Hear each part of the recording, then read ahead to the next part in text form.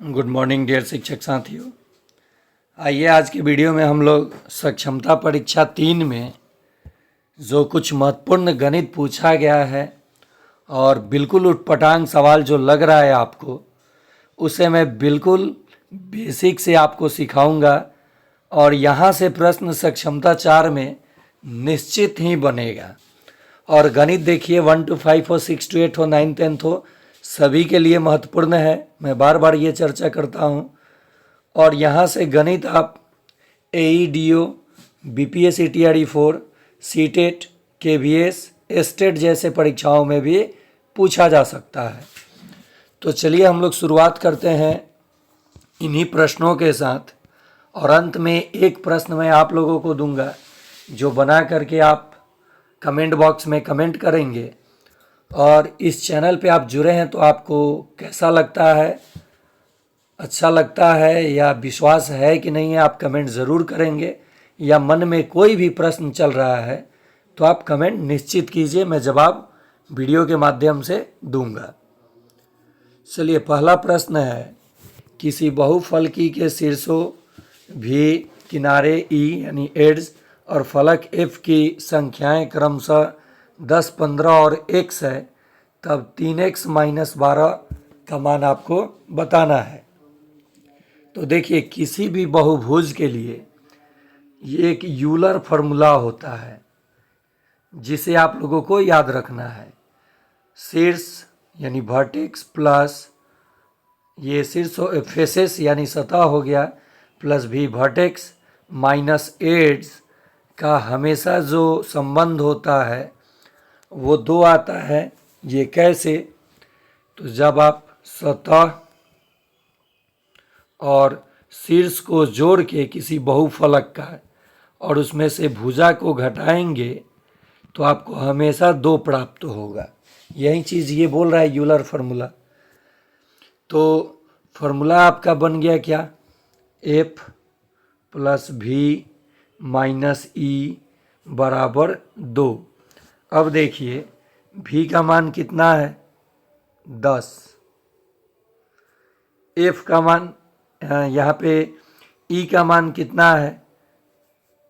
E का मान 15, तो घटाओ 15 जोड़ F का मान कितना है? X बराबर में क्या लिखेंगे? 2।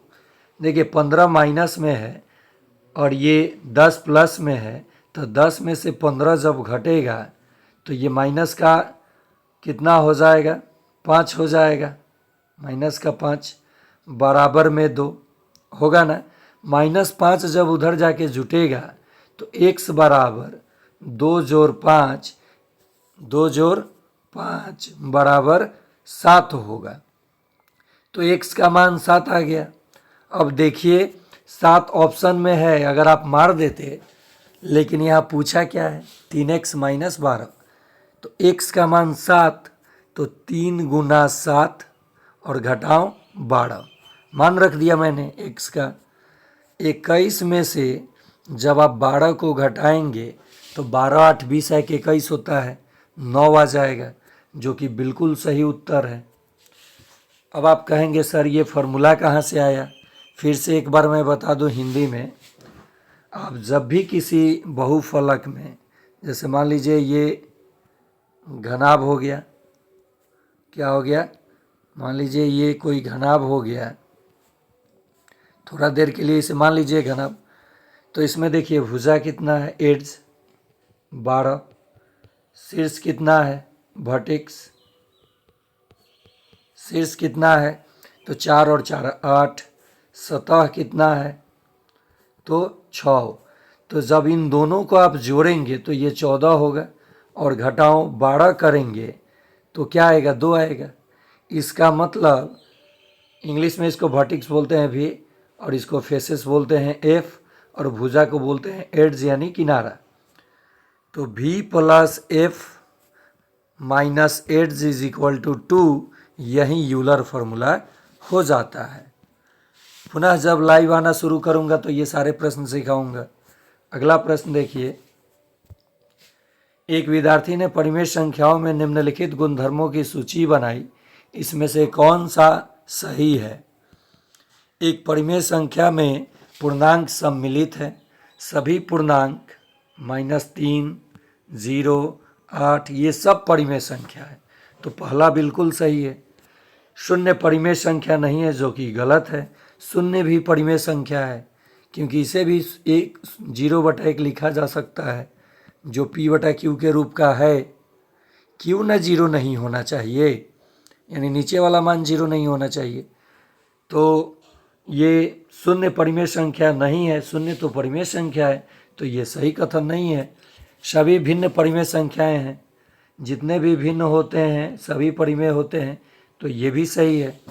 तो ए और सी जहाँ भी होगा ये सही होगा। प्रॉपर्टी से क्वेश्चन पूछ लिया था। देखिए 2 गुना -5 तथा 0 का गुणनफल, 2 गुना -5 और गुना 0। 0 में आप चाहे किसी भी संख्या से गुना कीजिए, धनात्मक हो या ऋणात्मक, हमेशा मान क्या होगा? 0। बहुत सारे शिक्षक इसका भी जवाब गलत दिए थे, ये तो आंसर की वाला आंसर है। चलिए अगला प्रश्न देखते हैं। काफ़ी लाजवाब प्रश्न है मेंसुरेशन का।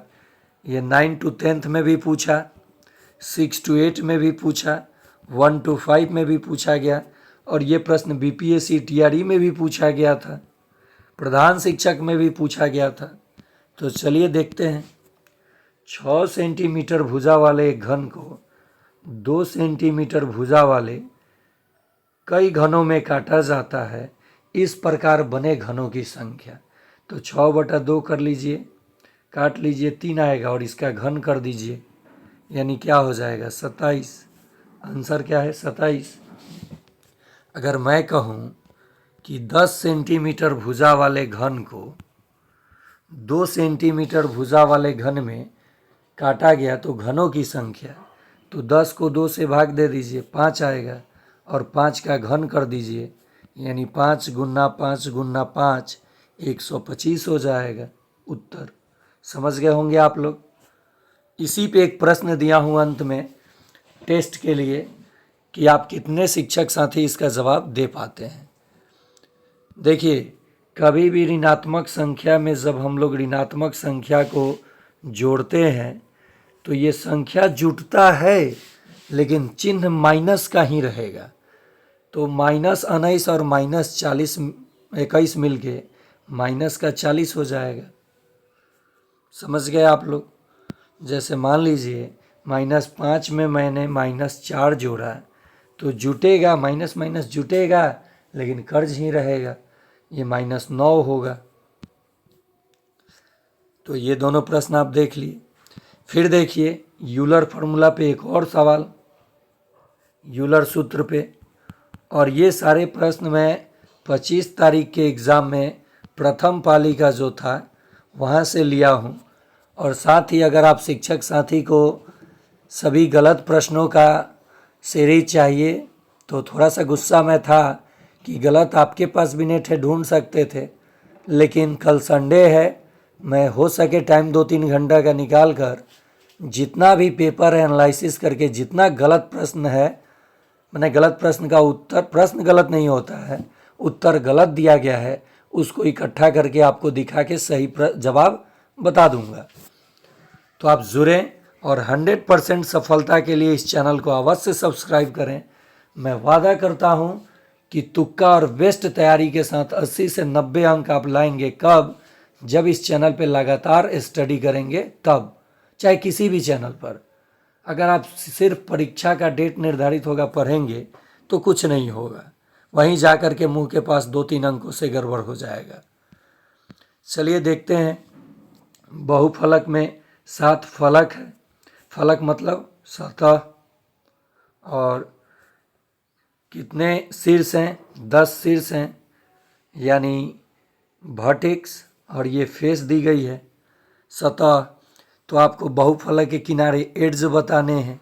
देखिए इंग्लिश में बता दे रहा हूँ, ये भी है, ये एफ है फलक यानी सतह, ये भी है यानी शीर्ष, और आपसे ई पूछा गया है। मैंने अभी यूलर फार्मूला क्या बताया, आप इस दोनों में से किसी को जोड़िए।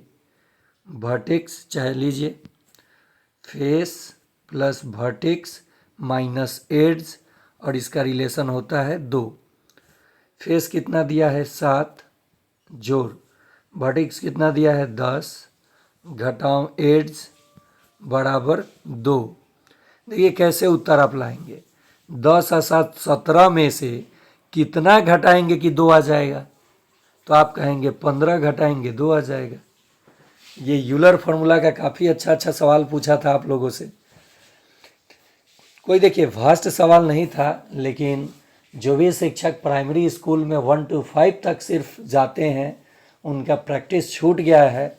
मैं आप लोगों की परेशानी समझ सकता हूँ, लेकिन मैं बार बार जिक्र करता हूँ कि आप हमेशा 2 क्लास आगे सोचिए, हमेशा एग्जामिनर से 2 कदम आगे रहिए। देखिए पढ़ाई का कोई और अंत नहीं है, जीके पे किसी का कमांड नहीं होता है, हिस्ट्री कहीं से पूछेगा, पॉलिटी कहीं से, लेकिन गणित जो है, साइंस जो है, कमांड है कि एक बार अगर आप पढ़ लिए, मन से सीख गए और प्रैक्टिस करते गए तो प्रश्न चाहे जैसा भी पूछे आप बना देंगे। लेकिन जीके मान लीजिए हमने पढ़ लिया लता मंगेशकर के बारे में और पूछ देगा लता मंगेशकर के पिता कौन थे, तो प्रॉब्लम हो जाता है। सुभाष चंद्र बोस के बारे में हमने पढ़ लिया, सुभाष चंद्र बोस की बहुत सारी कृति कार्य पढ़ लिया और कुछ ऐसी बातें हैं जो मिस कर दिया और वहीं प्रश्न आ गया, तो हम क्या कर सकते हैं। तो उस केस में क्या किया जाता है, जो पढ़ा हुआ चीज़ रहता है ना, वो थोड़ा सा दिमाग में खटकता है और ऑप्शन छाट के उत्तर दे दिया जाता है। लेकिन जीके का प्रश्न जो था सामान्य अध्ययन आप लोगों का, वो काफ़ी टफ था। मैं हार्ड कुछ नहीं होता है, मतलब 1 to 5 के लिए नहीं था, वो बीपीएससी टीआरई के लिए था। ये एईडीओ में अगर वैसा प्रश्न पूछे तो चलेगा, लेकिन एग्ज़ाम सक्षमता में पूछा, ये थोड़ी सी बेवकूफ़ी है एग्जामिनर की। लेकिन प्रश्न कोई भी हो आप स्टडी कीजिए। तो समझ गए होंगे आप लोग, ये फेस प्लस वर्टेक्स माइनस ये पूछा था एड्स, और इसका संबंध होता है कि दोनों को जोड़ के जब हम एड्स घटाते हैं तो 2 आना चाहिए। ये 7 था, ये 10 और एड्स मुझे नहीं पता, और ये 2 है, ये 17 आया माइनस एड्स बराबर 2। एड्स उधर चला जाएगा राइट साइड और 2 आके इसमें से घट जाएगा, तो 17 घटाओ 2 बराबर एड्स इज इक्वल टू 15।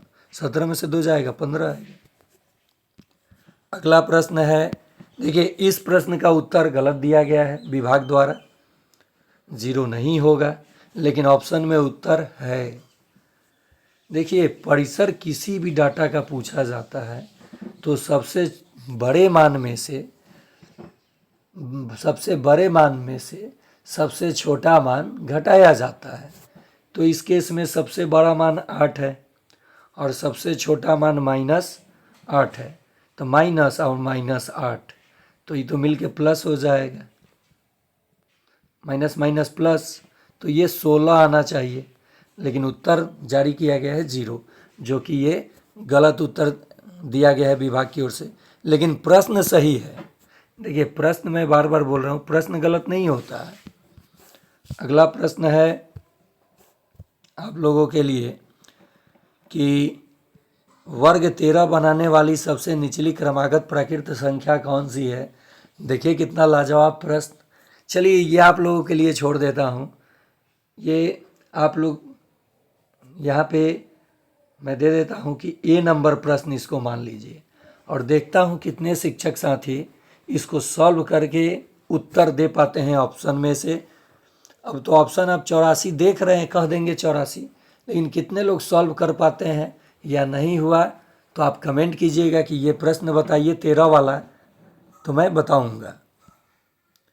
चलिए नेक्स्ट है, देखिए प्रश्न पढ़ने में ही आपको 3 मिनट लग जाएगा स्क्रीन पे दिक्कत होता है, और मैं एक रिक्वेस्ट करूंगा सक्षमता 4 के शिक्षकों से कि अगर आप ऑनलाइन कभी परीक्षा नहीं दिए हैं तो एक बार किसी साइबर वाले के पास जाकर 1-2 घंटा का अपना जो बहुमूल्य समय है, जो पढ़ाई पे नहीं दे पाते हैं, मैं रिक्वेस्ट करूंगा कि एक बार आप दे देंगे तो शायद आपके लिए फ़ायदेमंद होगा।